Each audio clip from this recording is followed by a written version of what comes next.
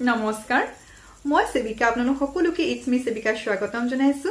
আজিৰ ভিডিঅ'টিত মই আপোনালোকৰ ওচৰত চুলি হৰা সমস্যা কেনেকৈ নাইকিয়া কৰিব তাৰ ওপৰতে ভিডিঅ' আগবঢ়াব লৈছো আৰু এই ভিডিঅ'টিত মই আপোনালোকক কি ভুলৰ কাৰণে চুলি হৰে সেই বিষয়ে জনাম আৰু লগতে এটি ঘৰুৱা টিপু শেয়াৰ কৰিম আপোনালোকৰ চুলি হৰা বন্ধ কৰিবলৈ গতিকে বলকচোন ভিডিঅ'টি আৰম্ভ কৰো বৰ্তমান চুলি হৰা সমস্যাটো হৈছে প্ৰধান সমস্যা পুৰুষ মহিলা সকলোৰে চুলি হৰা সমস্যা থাকে আৰু এই চুলি হৰা সমস্যাৰ কোনো বয়সৰ কোনো নিৰ্দিষ্ট সময়সীমা নাই বহুত সৰু সৰু ল'ৰা ছোৱালীও চুলি হৰা দেখা যায় আৰু কিছুমানে চুলি হৰি টপা হোৱাও দেখা যায় গতিকে এই চুলিনো কিয় হৰে আমি কেইটামান কাৰণ জানি লম চুলি হৰা সমস্যাৰ প্ৰথম কাৰণটো হৈছে আমি মূৰ ধোৱাৰ পিছত চুলিখিনি কাপোৰেৰে খুব এনেকৈ জুৰে জুৰে ঘহি দিও আৰু এনেকৈ কৰিব নালাগে কিয়নো আমি চুলিখিনি টিকি থাকে গতিকে চুলি গুৰিটো বহুত দুৰ্বল হৈ থাকে আৰু এনেকৈ কৰিলে আমাৰ চুলিখিনি হৰে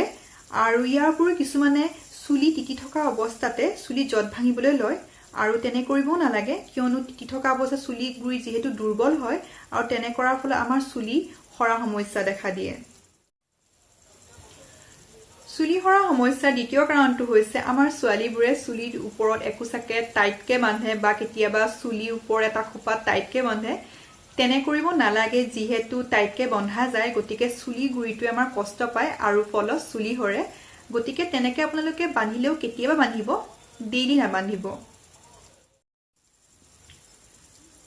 চুলি হৰা সমস্যাৰ তৃতীয় কাৰণটো হৈছে আমি ব্যৱহাৰ কৰা অইল শ্যাম্পু কণ্ডিশনাৰ যথেষ্ট পৰিমাণে কেমিকেল প্ৰডাক্ট থাকে যিয়ে আমাৰ চুলিখিনি যথেষ্ট ক্ষতি কৰে আৰু চুলি হৰা সমস্যা বৃদ্ধি কৰে সেই কাৰণে আমি যিমান দূৰ পাৰো পেৰাবেন সিলিকন সালফেট মিনাৰেল আৰু আৰ্টিফিশিয়াল গোন্ধ নথকা অইল শ্যাম্পু কণ্ডিশনাৰ ব্যৱহাৰ কৰিব লাগে যিয়ে আমাৰ চুলি হৰা সমস্যা হ্ৰাস কৰে আৰু চুলিখিনি ক্ষতি হোৱাৰ পৰা ৰক্ষা কৰে চুলি হৰা সমস্যাৰ চতুৰ্থ কাৰণটো হৈছে অত্যধিক চিন্তা কাম কৰা লোকসকলক কাম কৰাৰ প্ৰতি চিন্তা পঢ়া-শুনা ল'ৰা-ছোৱালী পঢ়া-শুনাৰ প্ৰতি চিন্তা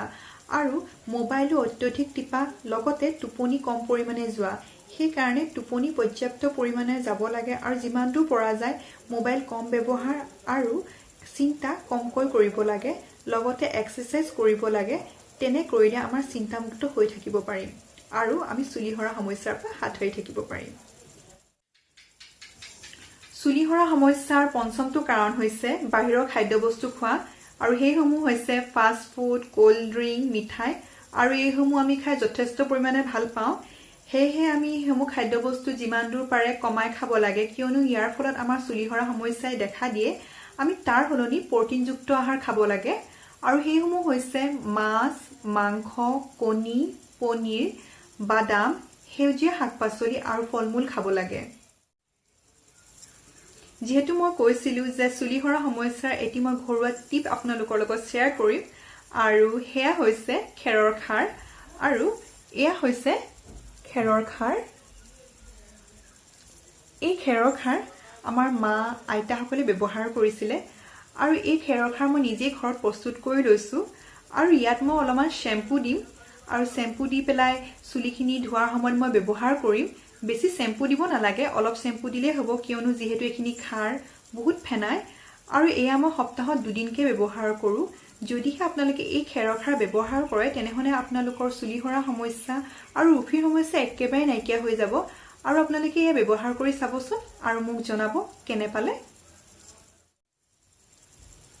এয়া হৈছে মোৰ আজিৰ ভিডিঅ আশা কৰো আপোনালোকে ভিডিঅটো চাই ভাল পাইছে যদিহে ভাল পাইছে তেনেহলে মোৰ ভিডিঅটো লাইক কৰিব নাপাহৰিব আৰু মোৰ চেনেলটো সাবস্ক্ৰাইব কৰি দিব আকৌ লগ পাম মোৰ পৰৱৰ্তী ভিডিঅ তেতিয়ালৈ আহিছো বাই বাই টেক কেয়াৰ